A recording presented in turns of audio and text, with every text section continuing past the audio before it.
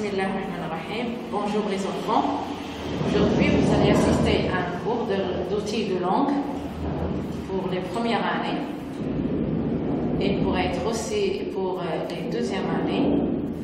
Vous allez reconnaître les pronoms relatifs simples, leurs fonctions, leurs antécédents et ce qu'ils remplacent. Je sais que vous êtes en vacances forcées, mais cela n'empêche que vous devriez aussi travailler, même si vous êtes chez vous, vous continuerez à travailler, et c'est ce qu'on appelle des cours à distance. C'est une leçon de langue pour les premières années. Le titre, les pronoms relatifs simples. Comme vous voyez, les pronoms relatifs simples sont à peu près, on va voir aujourd'hui 4 seulement, qui, que, où et dans, qui remplace un sujet. Exemple, Karim a lu un livre, ce livre est très intéressant. Ici, nous avons deux phrases simples. La première, Karim a lu un livre. La deuxième, ce livre est intéressant. Comme vous le remarquez, il y a un mot qui est répété. Je vais attaquer le deuxième mot qui est répété dans la deuxième phrase. Je le souligne. Et je cherche sa fonction. La fonction consiste à trouver sa place, sa nature dans la phrase. Qu'est-ce qu'il fait dans cette phrase? C'est un sujet. Ce livre est très intéressant, c'est un sujet.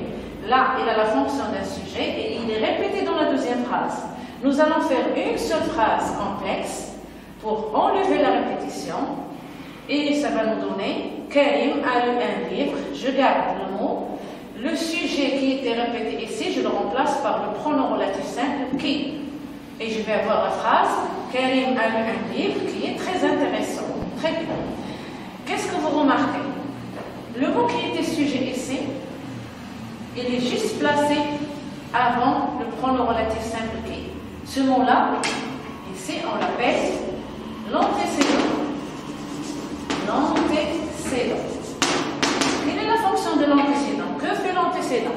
Il est toujours un nom, comme vous allez le voir dans tous les exemples que je vais vous donner. C'est toujours un nom. Et sa place, elle est toujours juste derrière le pronom relatif. Ici, ce sont deux phrases simples, je répète. Nous avons transformé les deux phrases simples en phrases complexes. Et nous allons voir Karim a lu un livre qui est très intéressant. La deuxième. Après le pronom relatif qui, nous allons voir le pronom relatif simple que. Que, dit la règle, que remplace un complément d'objet direct, ce qu'on appelle en abréviation COD, complément d'objet direct.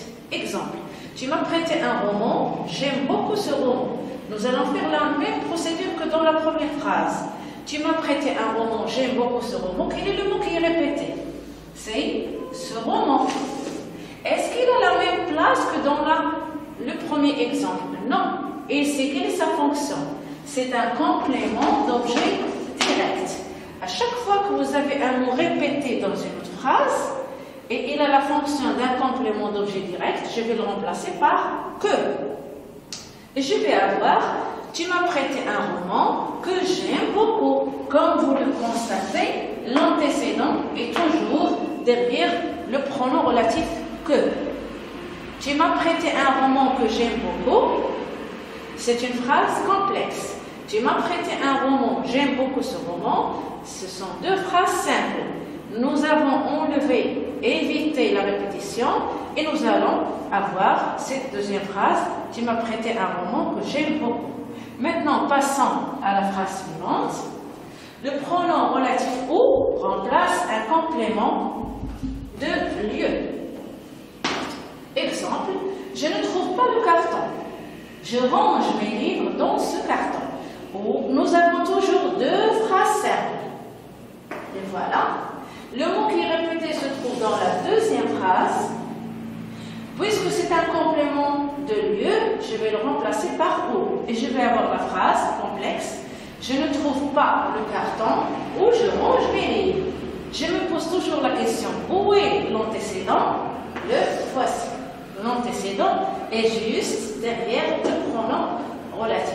Le pronom relatif où il peut remplacer deux choses, pas seulement comme qui et que. Il peut remplacer un complément de lieu comme il peut remplacer un complément de temps.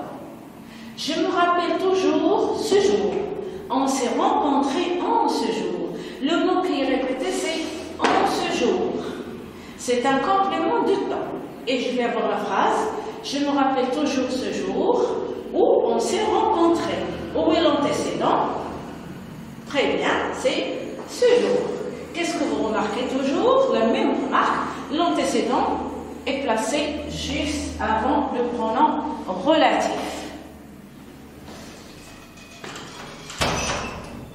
Pour le pronom relatif simple dans, celui-ci remplace un complément d'objet indirect, ce qu'on appelle en abréviation comme COI. Et la plupart du temps, c'est un 2 plus un exemple. Voici le nouveau vaccin. Voici le nouveau vaccin. Je t'ai parlé de ce nouveau vaccin. Comme vous le voyez, il y a toujours la répétition d'un mot, d'un nom, d'un pronom, bien groupe nominal. Je t'ai parlé de ce nouveau vaccin.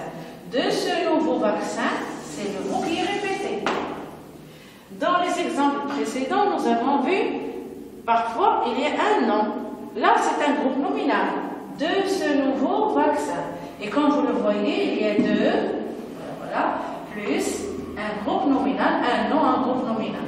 La phrase, à partir de ces deux phrases simples, nous allons en faire une seule complexe. Voici le nouveau vaccin dont je t'ai parlé. Alors, voici le pronom relatif dont. À votre avis, où se trouve l'antécédent? Le nouveau vaccin. Et je me souviens. Comme vous le constatez, il est toujours avant le pronom relatif.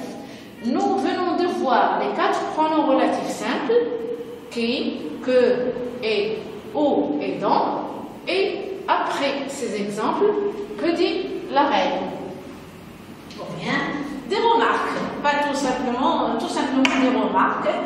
Les pronoms relatifs simples, au lieu de les écrire tout le temps avec un nom, une phrase qui est trop longue, on peut les abréger en pronoms relatifs simples, VRS, qui sont qui, que, où, dont, remplacent un nom, ou bien un autre pronom, ou bien un groupe de noms. Ils servent à relier deux phrases pour éviter la répétition. Comme dans les exemples précédents, nous avons deux phrases, nous les avons reliées et avec le pronom relatif qui convient. À quoi vont servir ces phrases? C'est lorsque vous faites des productions écrites, cela va enrichir votre style. Si vous employez des pronoms relatifs, surtout en production écrite, vous aurez un texte bien riche, un texte qui possède des cours, du savoir, ce que vous avez appris en langue. Donc, la langue, elle est au service de la production écrite.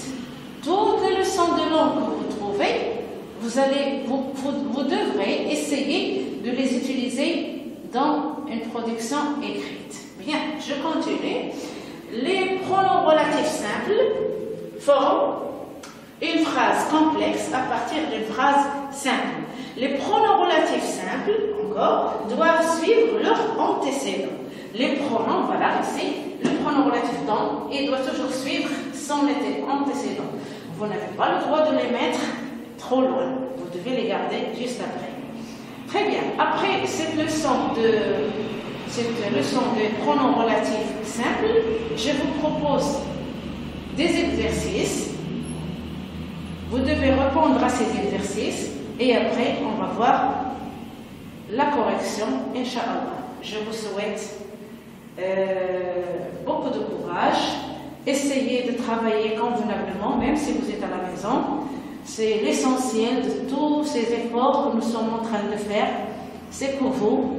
Vous êtes, comment dire, lorsque vous allez revenir, Inch'Allah, nous allons essayer de continuer les cours comme d'habitude, mais tous les cours que vous venez de voir, vous êtes tenus de les faire parce que vous allez faire un test ou bien des exercices ou bien d'autres leçons dans ce genre, mais l'essentiel c'est que vous restez toujours en contact avec votre tableau, votre professeur, l'entourage du collège, etc.